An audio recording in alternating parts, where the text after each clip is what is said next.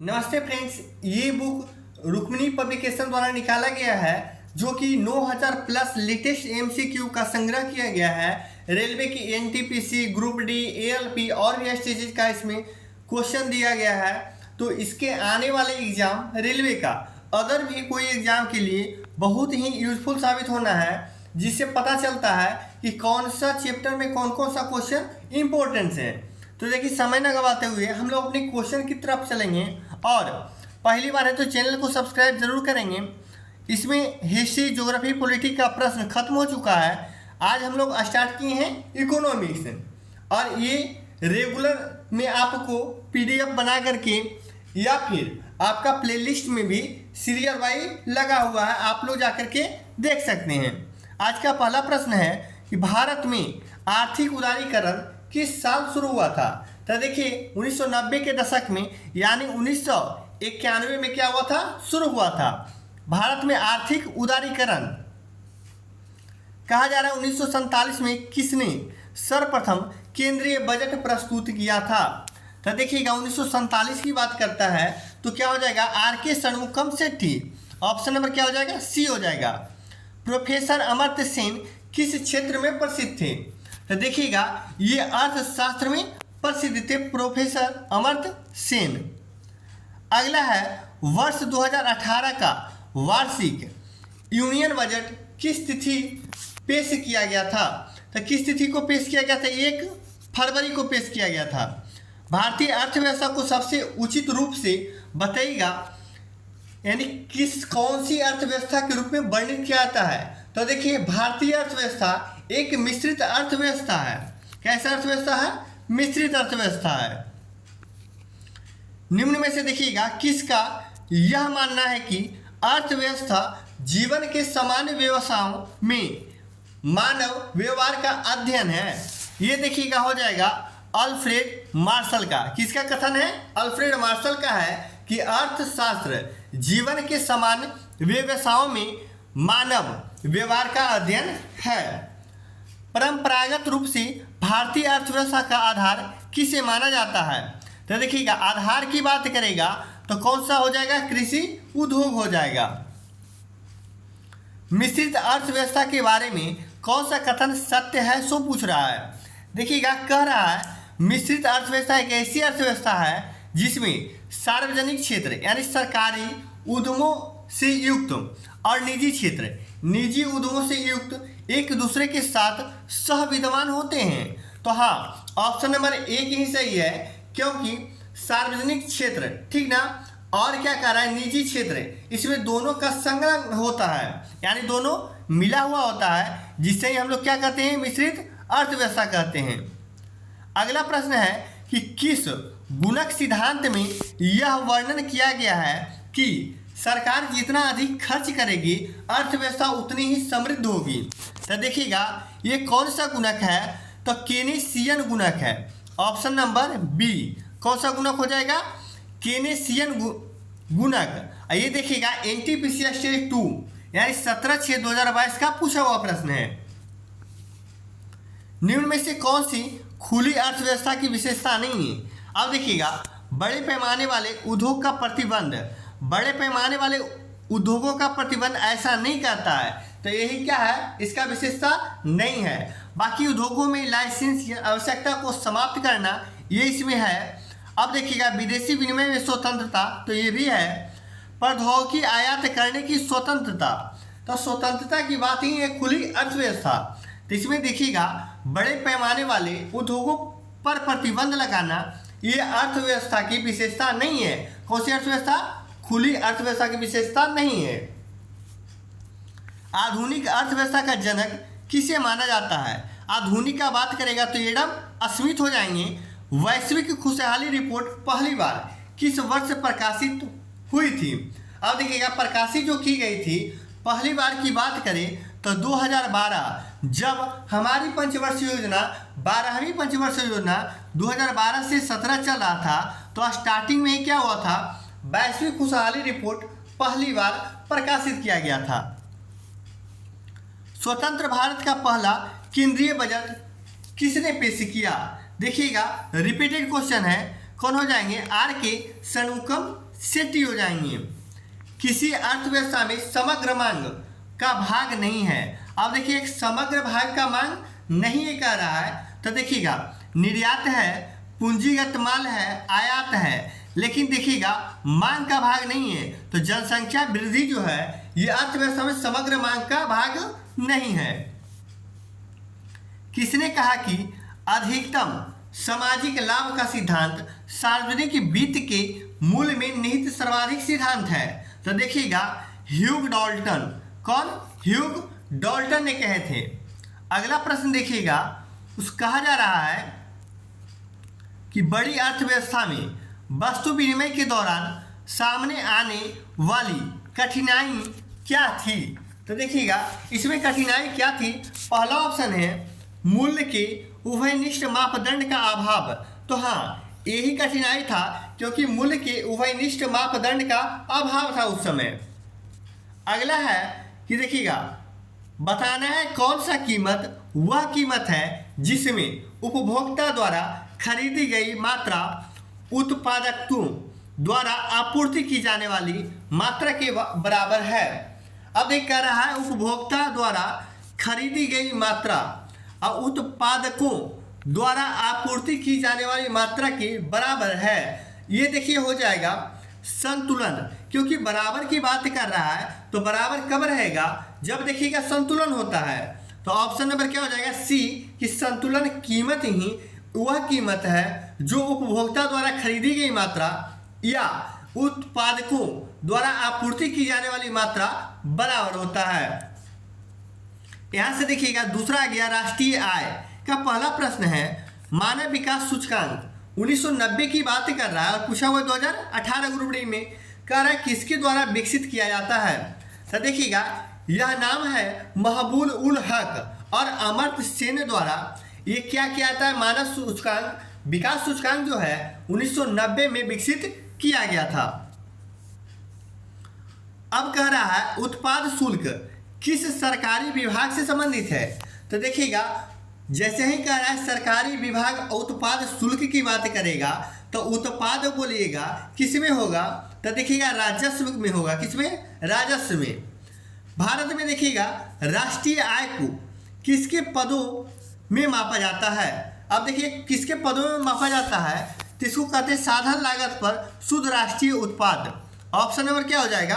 B हो जाएगा, साधन लागत पर शुद्ध राष्ट्रीय उत्पाद हो जाएगा।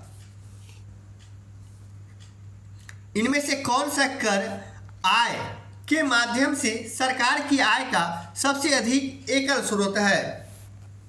तो देखिएगा मात्र एकल स्रोत का है और सबसे अधिक का बात करेगा तो निगम कर हो जाएगा। कौन सा कर हो जाएगा? निगम कर। यदि एक देश का सकल घरेलू उत्पाद उसके सकल राष्ट्रीय उत्पाद से अधिक हो तो क्या होगा? ऑप्शन नंबर बी देखिएगा, तब यही होगा कि विदेशी परिसंपत्तियां का नेट भुगतान बहिर्वाह विदेशों में परिसंपत्तियों के शुद्ध देखिएगा आय आमद से अधिक होता है। जो ऑब्जेक्टिव बुक देखिएगा खत्म हो जाएगा, उसके बाद आपको इजी करने के लिए सब्जेक्टिव भी लाने वाले हैं। तो इसलिए पहले ऑब्जेक्टिव खत्म हो जाए, उसके बाद अगला हम लोग कदम उठाने वाले हैं। तुलनात्मक लाभ और पूर्ण लाभ शब्द निम्न में से संबंधित है। अब देखिएगा तुलनात्मक की बात कर रहा है और पूर्ण लाभ शब्द की बात कर रहा है। इसमें देखिएगा एक देश के भीतर वस्तुओं को आदान प्रदान ही तुलनात्मक लाभ और पूर्ण लाभ शब्द का संबंधित है। ऑप्शन नंबर क्या हो जाएगा? डी हो जाएगा। विमूल्य देखिएगा, अब कह रहा है विमूल्यन के बराबर है। तो देखिएगा विमूल्यन के बराबर क्या है? तो राष्ट्रीय देखिएगा जो उत्पाद है, कौन सा राष्ट्रीय? तो सकल राष्ट्रीय उत्पाद माइनस निवल राष्ट्रीय उत्पाद। देखिएगा सकल में निवल को घटा देंगे, उसी को विमूल्य के बराबर होता है। राष्ट्रीय उत्पाद देखिएगा अधिकांश में यानी लगा ही हुआ है, तो हम डायरेक्ट याद रखेंगे सकल में माइनस करेंगे निवल राष्ट्रीय उत्पाद को, इसमें देखिएगा विमूल्य के बराबर होता है। अब कह रहा है एनएनपी देखिएगा नेट नेशनल प्रोडक्ट। अब देखिएगा नेट नेशनल प्रोडक्ट क्या है? तो यह जो प्रोडक्ट है गौर कीजिएगा NNP बराबर होता है GNP माइनस क्या होता है मूल ह्रास। ऑप्शन नंबर क्या हो जाएगा GNP प्लस नहीं, अब देखिएगा माइनस, तो ऑप्शन नंबर क्या हो जाएगा C हो जाएगा कि GNP माइनस क्या हो जाएगा मूल ह्रास यानी डिप्रिसिएशन। अगला है सेवा क्षेत्र, किसकी देखिएगा अर्थव्यवस्था का एक हिस्सा है। अब देखिएगा सेवा क्षेत्र देखिएगा एक तृतीय सेक्टर में आता है। कैसा सेक्टर में आता है तृतीय सेक्टर में, जैसे डॉक्टर या फिर आपका बैंक में सेवा दिया जा रहा है या शिक्षक के द्वारा दिया जा रहा है। प्राथमिक सेक्टर हम लोग कृषि का होता है जो कच्चे माल का इस्तेमाल किया जाता है, और इसी को जब हम लोग फैक्ट्री में ले जाते हैं तो इसी को द्वितीय सेक्टर में गिना जाता है। और तृतीय सेक्टर सबसे बड़ा सेक्टर है, वो भी सेवा का सेक्टर है। एक अर्थव्यवस्था में देखिएगा पूंजी स्टॉक की वृद्धि शुद्ध निवेश या नए पूंजी निर्माण द्वारा मापी जाती है, जिसे किस रूप में व्यक्त किया जाता है। तो देखिए पूंजी स्टॉक की वृद्धि शुद्ध निवेश की बात करता है। तो इसमें देखिएगा शुद्ध निवेश बराबर होता क्या है, तो शुद्ध निवेश बराबर होता है सकल माइनस मूल ह्रास होता है। अब देखिए सकल निवेश कहाँ है, तो ऑप्शन नंबर सी में सकल निवेश माइनस क्या होता है मूल ह्रास होता है। अभी जस्ट बताए हैं डिप्रिसिएशन होता है। अगला वस्तुओं में निर्यात और आयात की संतुलन को देखिए किस रूप में संदर्भित किया जाता है, तो व्यापार संतुलन अभी जस्ट बताए हैं, ऑप्शन नंबर क्या हो जाएगा डी हो जाएगा। आर्थिक विकास का एक अच्छा संकेत देखिएगा किसमें निरंतर वृद्धि है। अब बात कर रहे हैं वैट, GDP, STC या GST, तो इसमें क्या हो जाएगा GDP के द्वारा। बार बार कभी न्यूज में देखते होंगे कि GDP बढ़ गया है, GDP देश का घट गया है, तो आर्थिक विकास एक अच्छा संकेतक किसका है GDP का है। अगला प्रश्न देखते हैं क्वेश्चन नंबर 30, कह रहा है सरकार के कुल व्यय और देखिएगा ऋण को छोड़कर कुल प्राप्तियों के बीच के अंतर को क्या कहते हैं। अंतर की बात कर रहा है, तो देखिएगा राजस्व कोषीय घाटा कहते हैं, राजकोषीय घाटा कहा जाता है जब सरकार के कुल व्यय और ऋण को छोड़कर कुल प्राप्ति के बीच अंतर हो। कार्गो सेवा, अब देखिए सेवा की गतिविधियां एक हिस्सा है, तो अभी जस्ट बताया है तृतीय सेक्टर का। कच्चा बात कभी करेगा, कच्चा माल की बात करेगा या कृषि की बात करेगा तो प्राथमिक सेक्टर में आ जाएगा।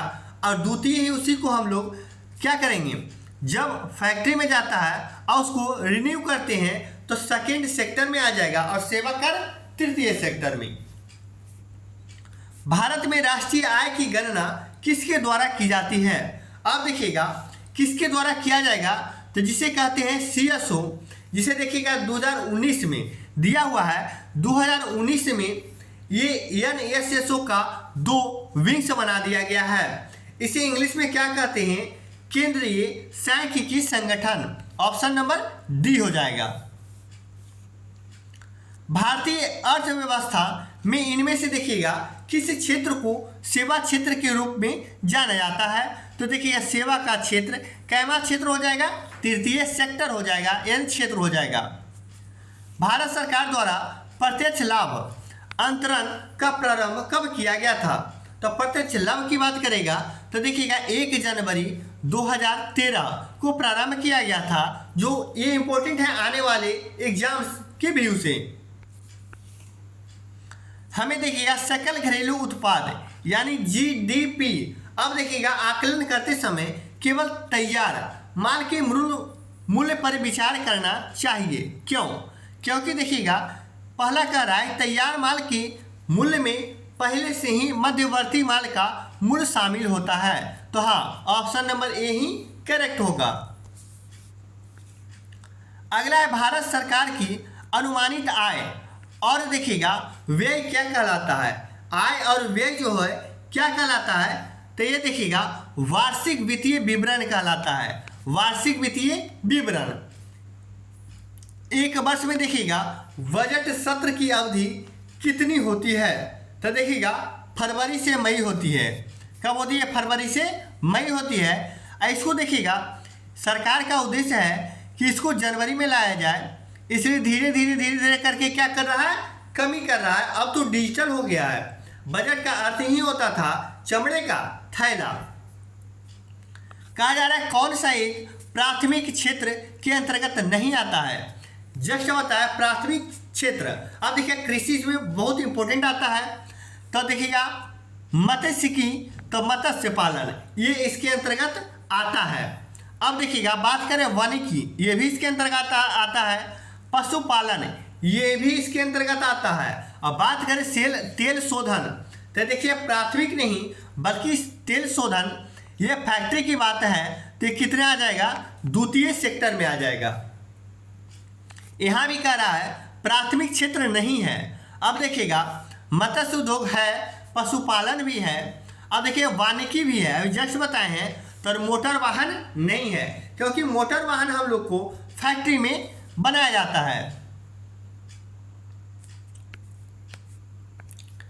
निम्न में से देखिएगा कौन सा तत्व किसी साधारण अर्थव्यवस्था में आय के चक्रीय प्रभाव में शामिल नहीं है। तो चक्रीय में शामिल नहीं है देखिएगा, तो वस्तु और सेवा शामिल है, खर्च भी शामिल है और कारक भुगतान भी शामिल है। मूल्य ह्रास देखिएगा इसमें शामिल नहीं है साधारण अर्थव्यवस्था में आय के चक्रीय प्रभाव में।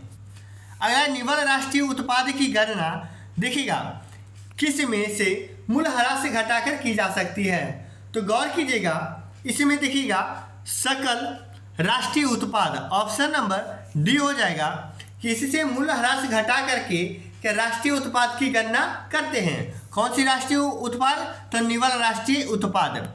नहीं समझ में आएगा तो कोशिश करेंगे अगले बार इसको थ्योरी में थोड़ा सा आपको हैंड रिटन द्वारा समझाया जाए। अगला कहा जा रहा है आर्थिक सर्वेक्षण 2021-22 के अनुसार उक्त वर्ष के दौरान किस क्षेत्र में भारत के सकल घरेलू उत्पाद यानी जीडीपी में सर्वाधिक योगदान था। तो देखिएगा तृतीय सेक्टर का सर्वाधिक योगदान था, जिसको कहते हैं सेवा क्षेत्र कहते हैं। अगला 2011 की जनगणना के अनुसार देखिएगा निम्न में से किस राज्य में अनुसूचित जनजाति की संख्या 0 थी। 2011 की जनगणना के अनुसार, तो गौर कीजिएगा ये पंजाब एक ऐसा राज्य है जहां अनुसूचित जनजाति की संख्या क्या थी, 0 थी। ये इंपॉर्टेंट है, इसे ध्यान रखिएगा। अगला कह रहा है निव्वल मूल्य जो होता है नेट वर्थ जो होता है इसका सूत्र क्या होता है। तो देखिएगा निव्वल मूल्य बराबर होता है कि परिसंपत्तियां माइनस देयताएं होता है। ऑप्शन नंबर क्या हो जाएगा, ऑप्शन नंबर बी करेक्ट हो जाएगा कि निव्वल मूल्य बराबर होता है परिसंपत्तियां माइनस देयताएं होता है। वास्तविक आय में देखिएगा परिवर्तन के परिणाम स्वरूप उपभोक्ता की क्रय शक्ति में देखिएगा परिवर्तन के कारण किसी वस्तु या सेवा की मांग में हुए परिवर्तन को क्या कहा जाता है। तो देखिएगा आय में प्रभाव कहा जाता है। आय की प्रभाव कहा जाता है कि देखिएगा आय में परिवर्तन की बात कर रहा है तो आय में ही प्रभाव पड़ेगा। अगला प्रश्न देखते हैं, इसमें कहा जा रहा है कि आर्थिक लाभ कमाने के लिए देखिएगा वस्तुओं या सेवाओं के उत्पादन में उपयोग किए जाने वाले इनपुट को किस रूप में दैनिकी जाना जाता है। तो इनपुट की बात कर रहा है तो उत्पाद की घटक के रूप में जाना जाता है, ऑप्शन नंबर ए। अगला सरकारी घाटे को देखिएगा करों को पहले क्या होगा और व्यय को कम किया जाएगा। तो देखिएगा करों को जब हम बढ़ाएंगे तो देखिएगा व्यय में क्या हो जाएगा, कम किया जा सकता है। तो क्या करेंगे, कर में बढ़ाएंगे और उसके बाद देखिए बढ़ाएंगे नहीं, बढ़ाएंगे घटाएंगे, तो ऑप्शन नंबर क्या हो जाएगा, डी हो जाएगा। क्योंकि कर को पहले हम बढ़ाएंगे या व्यय को क्या करेंगे, कम किया जा सकता है। साम्य राष्ट्रीय आय तब होती है जब समग्र आपूर्ति क्या होता है, समग्र मांग के बराबर होता है। तो देखिए मांग के बराबर होता है तो ऑप्शन नंबर क्या हो जाएगा, डी हो जाएगा कि समग्र मांग के बराबर हो जाएगा। जब साम्य राष्ट्रीय आय तब होगी जब समग्र आपूर्ति की बात करता है तो समग्र मांग के बराबर होगी। केंद्रीय बजट 2022 के अनुसार भारत में समग्र कार्यबल भागीदारी दर कितनी प्रतिशत है। तो 20.3% था, ऑप्शन नंबर बी। मार्च में देखिएगा कहा जा रहा है, मार्च 2022 में ईपीएफओ ने भविष्य निधि जमा पर 2020-21 में प्रदान किए गए ब्याज दर को 8.5 से देखिएगा बदल कर 2021-22 के लिए कितना करने का प्रस्ताव दिया था। तो देखिएगा 8.5 से घटा करके क्या किया गया था, 8.1 कर दिया गया था। Option number A. सरकार के बजट व्यय को व्यापक रूप से कितनी श्रेणियों में वर्गीकृत है। तो देखिएगा श्रेणी की बात करेगा तो 2 सेक्टर में है, 2 श्रेणी में बजट की बात कर रहा है। तो बजट व्यय को व्यापक रूप में 2 श्रेणी में वर्गीकृत किया गया है। 2022-23 में सरकारी बजट के अनुसार वित्तीय वर्ष 2022-23 के लिए भारतीय अर्थव्यवस्था की अनुमानित विकास दर कितना है। विकास दर की बात करेगा तो 9.2 है। ऑप्शन नंबर डी 9.2 था।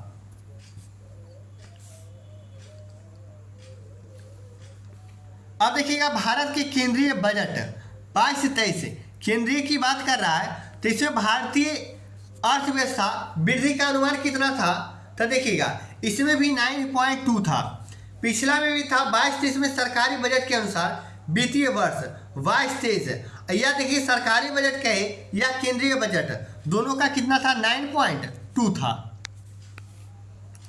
निम्नलिखित में से कौन सी सही अवधि है जिसके लिए भारत सरकार के देखिएगा वार्षिक बजट 21-22 की घोषणा की गई थी। तो 1 अप्रैल से 31 मार्च, 1 अप्रैल से 31 मार्च ऑप्शन नंबर बी हो जाएगा, 2021-22 हो जाएगा।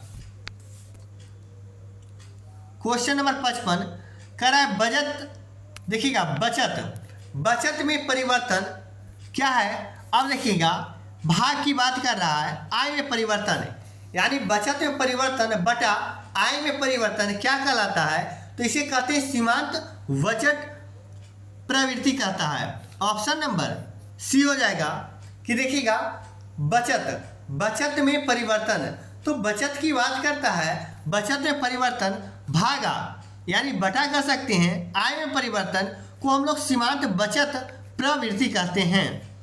व्यापार देखिएगा किसका अर्थ है कि किसी देश द्वारा निर्यात एवं आयात किए जाने वाले माल एवं सेवाओं के प्रकार से हैं। तो देखिएगा संगठन क्या हो जाएगा, संगठन हो जाएगा। भारत में देखिएगा जीडीपी की गणना के लिए आवश्यक डेटा एकत्र करने और संकलित करने के लिए कौन सी एजेंसी विभिन्न संघीय और राज्य सरकारी एजेंसियां और विभागों के साथ समन्वय करती है। तो ये देखिए हो जाएगा क्या, राष्ट्रीय सांख्यिकी कार्यालय यानी देखिएगा CSO को कार्यालय CSO के कार्यालय के द्वारा संचालन किया जाता है। अब बात कर रहा है M3 अर्थात देखिएगा मुद्रा आपूर्ति माप की गणना के लिए किस सूत्र का उपयोग किया जाता है। तो सूत्र देखिएगा M3 बराबर होता है CU। ऑप्शन नंबर बी देखिएगा कि M3 बराबर CU प्लस DD प्लस वाणिज्यिक बैंकों की निवल क्या है, सांबी। अब देखिएगा इसमें कह रहा है M3 माइनस CU प्लस क्या होता है DD प्लस वाणिज्यिक बैंकों की निवल यानी सावधि जमा राशि यानी देखिएगा समय की अवधि, सावधि मतलब क्या होता है, समय की अवधि पर जमा राशि। ये क्या होता है, ऐड होता है सभी M3 में 3 चीज ऐड होता है, CU ऐड होगा, DD ऐड होगा और तीसरा होगा क्या हो जाएगा, निवल समय अवधि जमा राशि हो जाएगा।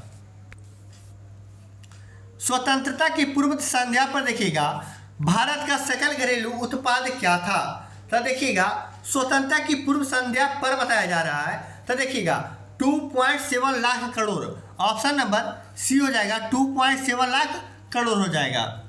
यहाँ से स्टार्ट होता है मुद्रास्फीति। अब मुद्रास्फीति का पहला प्रश्न है कि निम्न में से कौन सा एक मंदी के कारण दिखने वाला लक्षण नहीं है। तो देखिए रोजगार में गिरावट, दर में गिरावट, रोजगार की दर में गिरावट, तो ऐसा कोई बात नहीं है। उद्योग कीमतों को कम करना, शुरू कर देते हैं तो ये भी नहीं होगा। अगला देखिए लक्षण नहीं है बोल रहा है।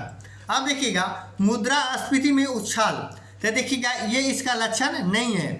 मुद्रास्फीति में उछाल की बात कर रहा है। एक मंदी के कारण देखिएगा, एक मंदी के कारण अब लक्षण नहीं है तो मुद्रास्फीति में उछाल इसका लक्षण नहीं है। बाकी मांग में सामान्य गिरावट हो या रोजगार दर में गिरावट हो, उद्योगों की कीमतों पर कम करना शुरू कर देता हो, ये इसका लक्षण है।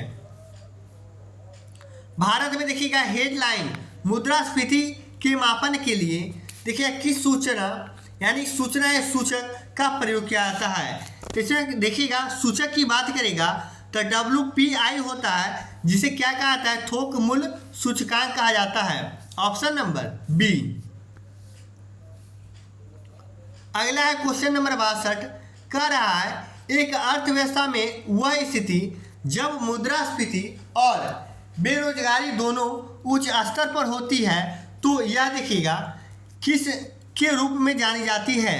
तो देखिएगा निष्पन्द स्फीति, क्या है, निष्पन्द स्फीति के रूप में जानी जाती है। महंगी दुर्लभ मुद्रा यानी डियर मनी जिसे बोलते हैं के तात्पर्य उस धन से है जिसे किसके कारण प्राप्त करना कठिन है। अब देखिएगा ये जो है ब्याज की उच्च दर के कारण प्राप्त करना कठिन हो जाता है। दुर्लभ मुद्रा क्या है, डियर मनी। उस प्रसिद्ध भारतीय लेखक का नाम बताइए जिसने अनटचेबल, क्या है, अनटचेबल, देखिएगा इसको कह रहा है टचेबल, अनटचेबल, क्या कह रहा है, अनटचेबल और कूली जैसे उपन्यास लिखे हैं। बहुत ही इंपॉर्टेंट उपन्यास है अनटचेबल और कूली। ये देखिएगा कौन है, तो देखिएगा मुल्कराज आनंद। ऑप्शन नंबर क्या हो जाएगा, बी। बहुत ही इंपॉर्टेंट प्रश्न है ये। मुद्रास्फीति के संदर्भ में देखिएगा CPI का पूर्ण रूप क्या है। देखिएगा CPI यानी कि ये हो जाएगा, देखिए option number a consumer price index. Option number a consumer price index हो जाएगा CPI का पूर्ण रूप। राष्ट्रीय आय का राष्ट्रीय योजना से अधिक अतिरिक्त व्यय क्या कहलाता है, तो देखिएगा मुद्रास्फीति अंतराल कहलाता है। Option number B. अर्थशास्त्र में संबंधित देखिएगा भीषण मंदी किस वर्ष में शुरू हुई थी। अब देखिएगा अर्थव्यवस्था से संबंधित भीषण मंदी, ऑप्शन नंबर ए हो जाएगा 1929 में।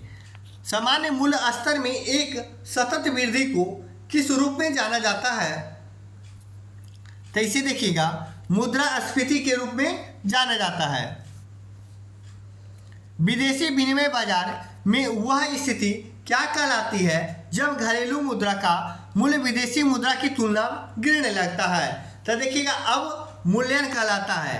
क्या कहलाता है, अब मूल्यन। यहाँ से देखिएगा 3 टॉपिक खत्म हो चुका है। चौथा है भारत में आर्थिक नियोजन। भारत में आर्थिक नियोजन का पहला प्रश्न है, भारत सरकार 2012 से 17, ये गौर कीजिएगा 12वीं पंचवर्षीय योजना था। कैवीं पंचवर्षीय योजना था, 12वीं पंचवर्षीय योजना था। तो ऑप्शन नंबर सी हो जाएगा। प्रथम पंचवर्षीय योजना देखिए कब स्टार्ट हुआ था, तो 1900 में स्टार्ट हुआ था। 5 वर्ष का था तो हो गया 5 और पहली था तो हो गया 51।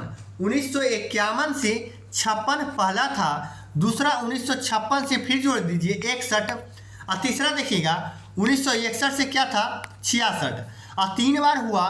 तो 61 से 66 में बहुत सारी घटनाएं जो डिटेल नहीं बता सकते हैं, कभी और बता देंगे। इसी के कारण बहुत सारा चीन का युद्ध, पाकिस्तान से युद्ध और भी बहुत सारा कारण है। भूखमरी का यहाँ कारण बन गया था। इसीलिए पहला योजना अवकाश 1966 से 69 3 साल के लिए लाया गया। 3 पंचवर्षीय योजना का बाद फिर 2 पंचवर्षीय योजना चला, 2 साल के लिए अवकाश आया। फिर 2 पंचवर्षीय योजना चला, 2 साल के लिए अवकाश आया। तो 3 बार अवकाश आया था। उसके बाद पंचवर्षीय योजना रेगुलर चलते रहा। इसमें एक पंचवर्षीय योजना बहुत ही इंपॉर्टेंट है, 5वीं। कहा जाता है कि 5वीं पंचवर्षीय योजना एकमात्र ऐसी पंचवर्षीय योजना था जो 5 वर्ष के लिए होता था, लेकिन 5वीं देखिएगा 1974 से 78 तक ही चला था। निम्नलिखित में से नीति आयोग का अध्यक्ष कौन होते हैं? देखिएगा कौन होते हैं नहीं, कौन हैं, यानी कि ये क्वेश्चन पूछा जा रहा था 2018 के अनुसार। तो देखिएगा उस समय राजीव कुमार थे, ऑप्शन नंबर बी। और नीति आयोग का अध्यक्ष की बात करेगा तो पीएम होते हैं। जनवरी 2024 के अनुसार नीति आयोग का अध्यक्ष देखिएगा डॉक्टर क्या है, सुमन के बोरी हैं, डॉक्टर सुमन के बेरी हैं। अगला कहा जा रहा है आर्थिक सर्वेक्षण 2021-22 के अनुसार भारत में आयात की देखिएगा किस उत्पाद की हिस्सेदारी सर्वाधिक है? तो देखिएगा पेट्रोलियम जो होता है, अप्राकृतिक पेट्रोलियम का क्या है, सर्वाधिक हिस्सेदारी है। गौर कीजिएगा यहाँ से जो होता है आयात और निर्यात, आयात में सबसे ज़्यादा पेट्रोलियम पे खर्च किया जाता है, और देखिएगा निर्यात जो होता है सबसे ज़्यादा भारत का जो वसूली होता है निर्यात, ये सोना चांदी पे होता है।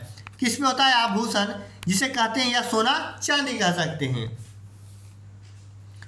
निम्न में से कौन सा उदारीकरण का एक उद्देश्य नहीं है? तो देखिएगा उदारीकरण की बात करेगा तो देखिएगा पहला है औद्योगिक और विदेशी पूंजी के प्रभाव को कम करना। तो ये देखिएगा इसका उद्देश्य नहीं है कि प्रौद्योगिकी और विदेशी पूंजी की प्रभाव को कम करना। ऑप्शन नंबर ए ही इसका क्या उद्देश्य नहीं है। निम्न में से कौन सा भारत में सूक्ष्म वित्त संस्थानों का मूल सिद्धांत नहीं है? इसका आंसर क्या हो जाएगा? ऑप्शन नंबर सी, बड़ी ऋण राशियाँ।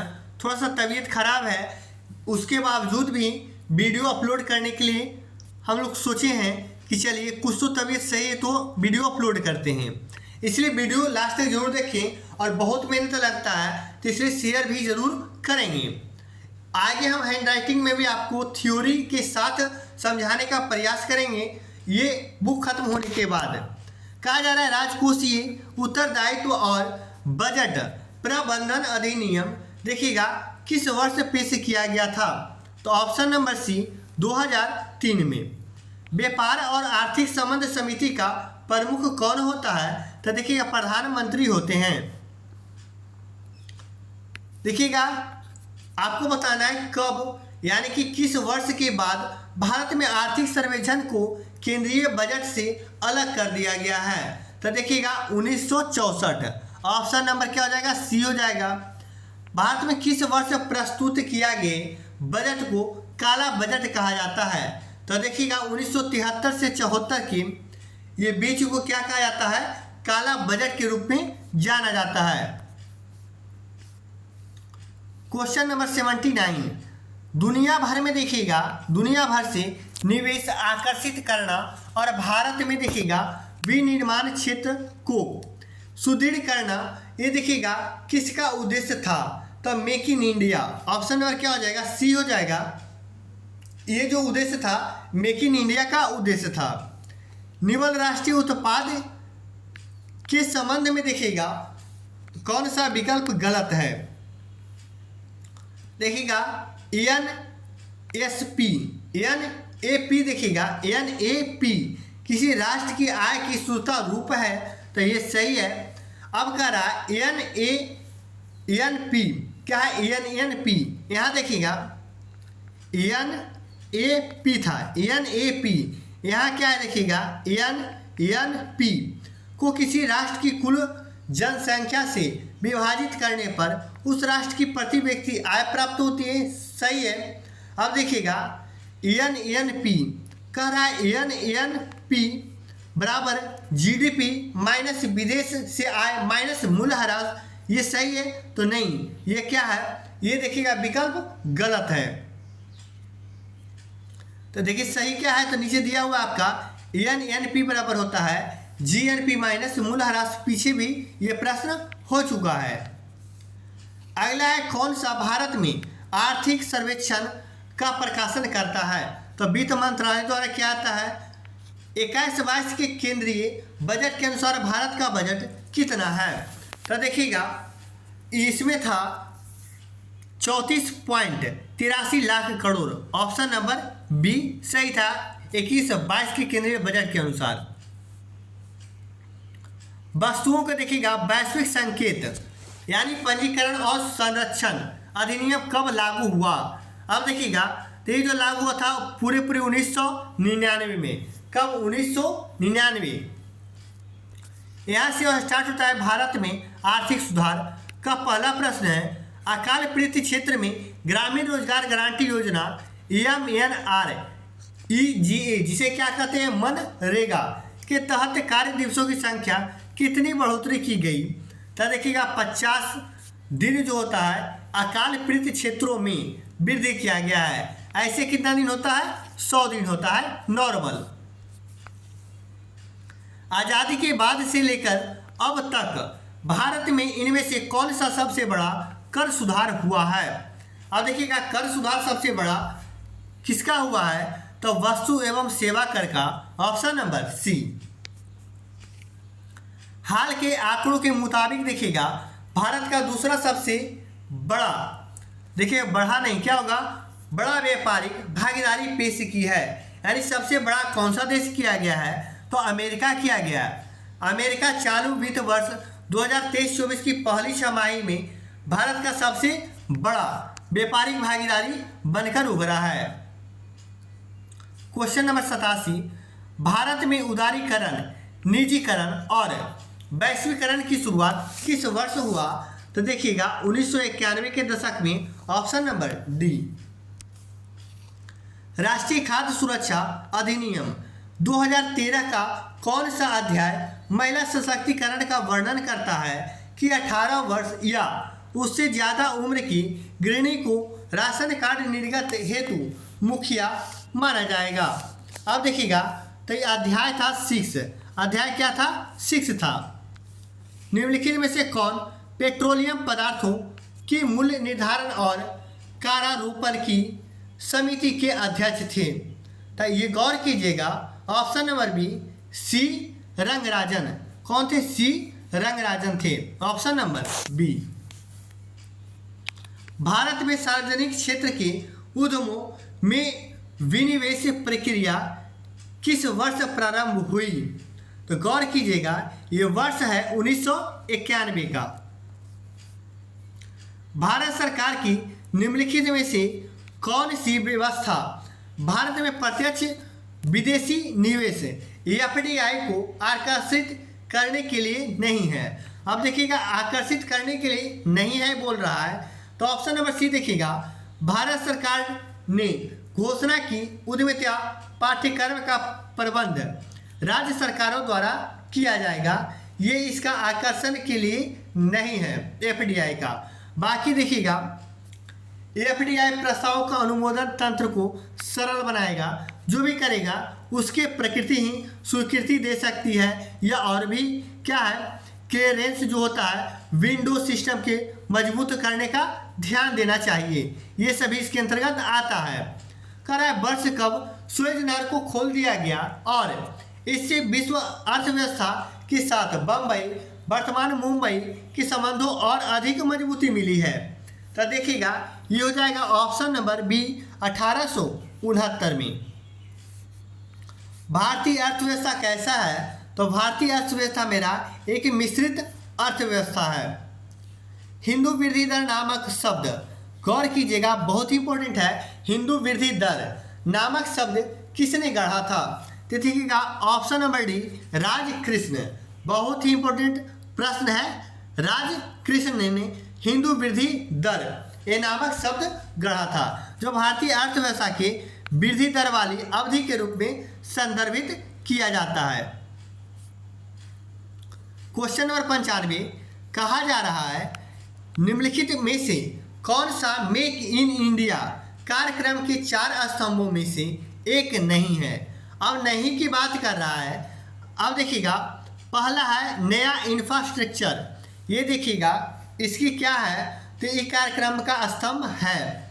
नए क्षेत्र भी स्तंभ इसका है, नई प्रक्रियाएं भी है, लेकिन साझेदारी पूर्ण इसकी क्या है ये स्तंभों में मेक इन इंडिया के स्तंभों में ये एक नहीं है।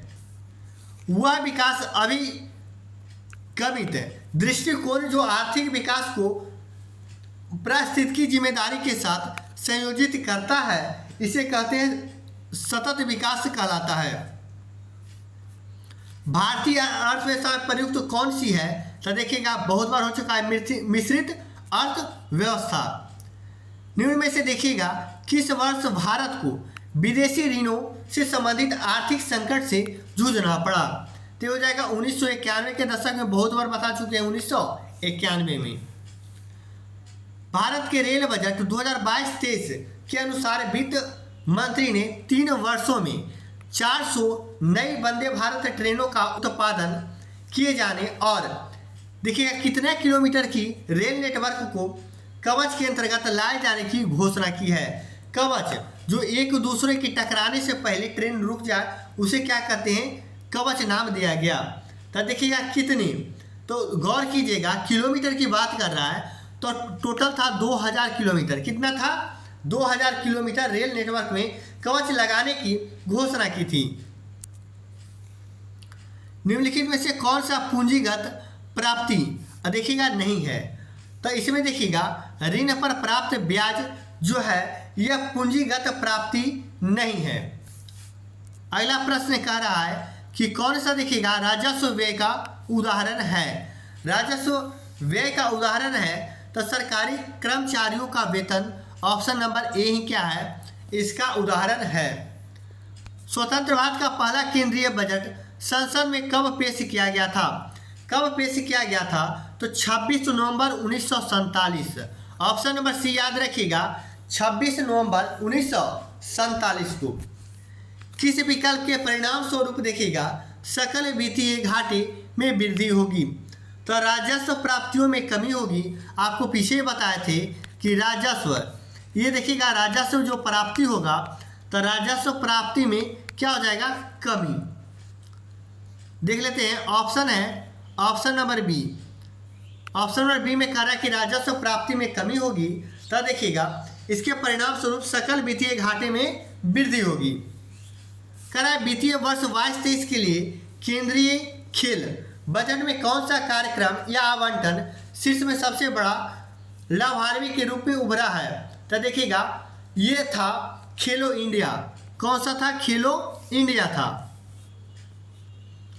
किसी में देखिएगा जीडीपी वृद्धि दर केंद्र सरकार के राजकोषीय या वित्तीय संतुलन और वाह्य संतुलन के संबंधित में अर्थव्यवस्था के भविष्य का आकलन किया जाता है। तो देखिएगा इसमें हो जाएगा समष्टि अर्थव्यवस्था रूपरेखा संबंधित विवरण। ऑप्शन नंबर डी हो जाएगा कि समष्टि अर्थशास्त्री क्या है? अर्थशास्त्रीय रूपरेखा संबंधी विवरण हो जाएगा। अगला गैर कर राजस्व क्या है? गैर कर की बात कर रहा है। तो देखिए गैर कर में क्या होता है? सरकार द्वारा जो होता है कर। ऑप्शन नंबर बी देखिएगा सरकार द्वारा करों के अलावा स्रोतों में अर्जित क्या है? अवधि आय। क्या है? अवधि आय हो जाएगा। ऑप्शन नंबर बी करेक्ट हो जाएगा। अगला कह रहा है 2022-23 के बजट में देखिएगा सरकार क्या है? राजस्थान सरकार ने घोषणा की कि वह प्रति माह देखिएगा कितना यूनिट तक की खपत करने वाले घरेलू उपयोगकर्ताओं के लिए 50 यूनिट तक बिजली मुफ्त प्रदान करेगी। तो देखिएगा ये जो है 100 यूनिट, कितना यूनिट हो जाएगा? 100 यूनिट हो जाएगा। तक देखिए खपत करने की उपभोक्ता के लिए 50 यूनिट तक बिजली मुफ्त प्राप्त करेगी। अगला है देखिएगा केंद्र या राज्य सरकारों को भारतीय वैश्वीय वर्गीकरण के तहत निम्न में से किसे राजस्व प्राप्तियों के रूप में वर्गीकृत किया जाएगा? तो देखिए कर आय हो जाएगा। Option number C. आज का लास्ट प्रश्न है कि किसी भी सरकार के बजट देखिएगा किस रूप में परिभाषित किया जाता है? तो ऑप्शन नंबर डी देखिएगा वित्तीय वर्ष के दौरान सरकार की प्राकलित प्राप्तियों और व्यय का मासिक विवरण हो जाएगा। Option number D. आज का सेशन यहीं हम लोग समाप्त करते हैं और अगले सेशन में हम लोग इसको आगे लेकर के बढ़ेंगे और इसके बाद हम लोग थ्योरी भी करेंगे। हैंड रिटेन आपको नोट्स भी प्राप्त किया जाएगा। टेलीग्राम में लिंक दिया गया है, नहीं जुड़े हैं तो उसमें जा करके साइंस का PDF भी डाउनलोड कर सकते हैं। साइंस का वीडियो भी अपलोड जल्दी होने वाला है।